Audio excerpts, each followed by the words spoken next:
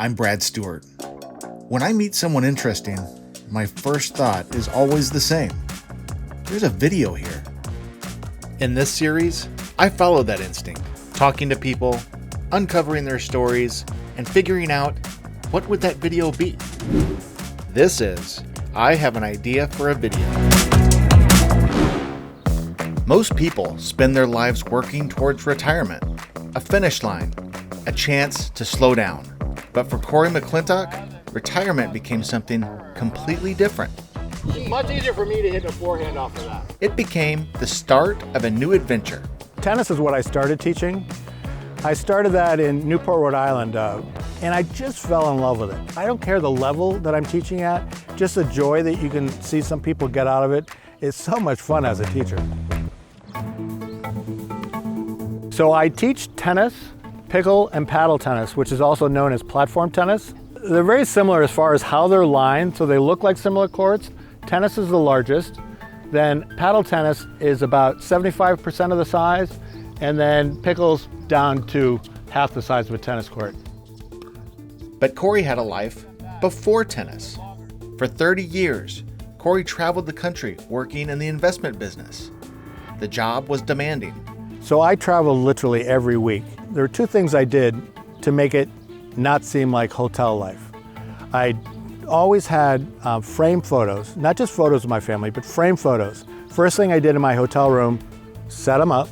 So now I've personalized it.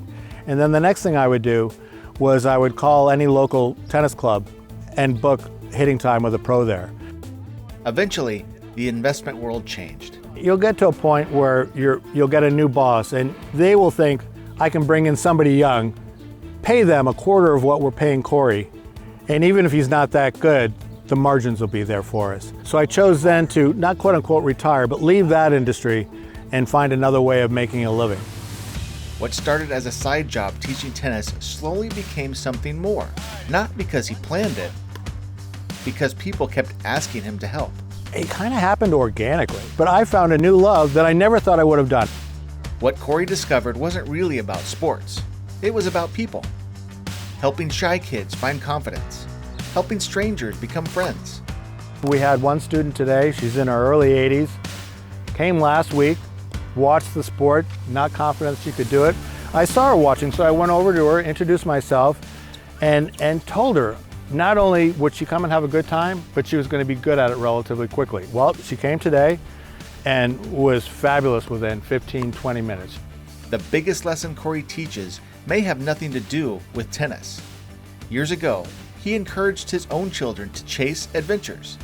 Then one day, his son turned that advice right back on him. My oldest son, Campbell, I was telling him about the opportunity. He goes, well, why don't you do it? I said, I just don't know if Dad, what is all this stuff about have adventures? You're never too old to have adventures. And so now I'm much more of a yes person. 2-1-2. A former investment executive, a tennis coach, a pickleball instructor. So now when somebody suggests something to me to maybe try, even though I'm in my late 60s, I don't think about age, I just think, oh, yeah, why not? That's different. Why don't I try that? Proof that sometimes the best chapter of your life isn't the one you planned. It's the one you say yes to. Thanks for watching. I Have an Idea for a Video. Until next time, keep looking for the story.